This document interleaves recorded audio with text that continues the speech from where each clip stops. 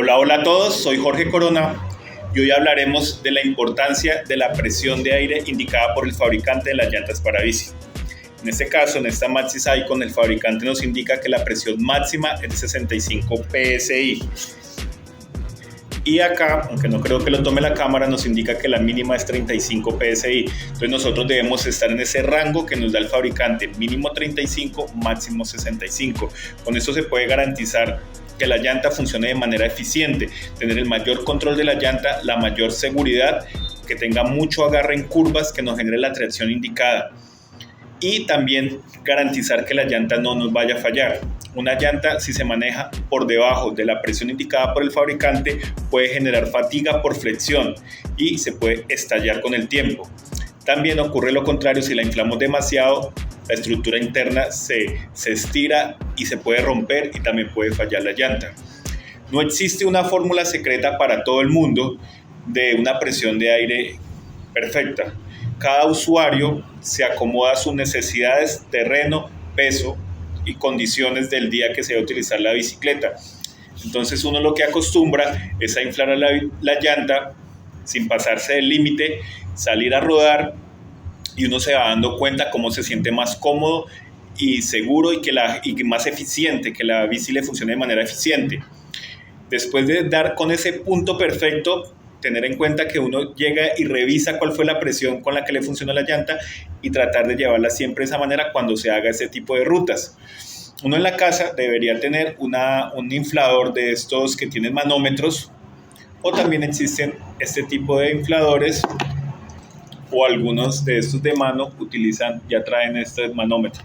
Entonces, con base en la medición que le dio cuando se sintió cómodo y seguro, entonces va guardando ese dato.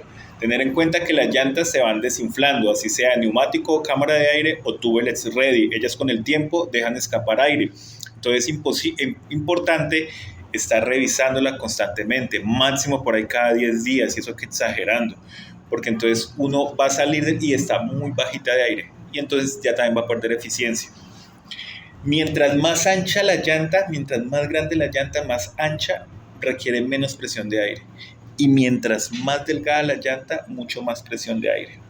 Para las bicis de ruta, en este caso esta Maxxis, el fabricante nos indica que la presión máxima es de 120 psi, eso es una llanta 700 por 25. Y la mínima es 90 psi. En el costado de la llanta el fabricante nos indica, no creo que la cámara lo tome, 90 psi y máximo 120. Esta llanta es 700 por 25.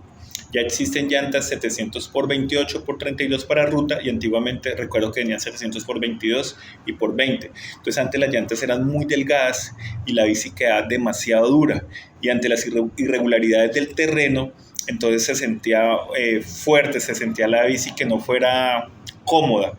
Entonces ahora los fabricantes están colocando una llanta un poco más ancha para generar ese confort, y también mejora el agarre en curvas. Es mucho mejor actualmente las bicis con las llantas que se están utilizando, aunque también es un tema de gusto personal. Hay personas que ya están acostumbradas a llantas delgadas y de pronto no cambian, pero yo creería que el mercado los va a ir a hacer que se pasen a este tipo de medidas. Las llantas tubeless ready se pueden usar a una menor presión de aire. En este caso, esta llanta, el fabricante nos dice que máximo 50 psi, máximo, y mínimo 35 psi. Lo que sucede es que la estructura interna de esta llanta es de una calidad superior y nos permite bajarla de aire y se puede flexionar un poco, y eso nos da mucho más agarre y tracción en terrenos que son muy destapados, con mucho barro. Nos da una huella mejor.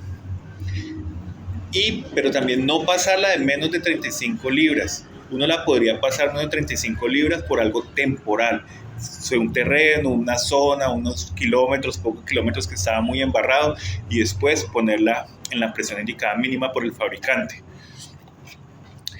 Esta llanta es una llanta para downhill, entonces son usos específicos. El otro tema es que la llanta delantera debe utilizar un poquito menos de presión de aire que la llanta trasera. Esas son recomendaciones que se van aprendiendo ahí con el tiempo y con la experiencia y el uso de cada usuario. Yo les recuerdo que es algo como muy personal. aunque existen aplicaciones que nos calculan todas estas presiones de aire, lo mejor es uno mismo ir aprendiendo con la experiencia. Muchas gracias.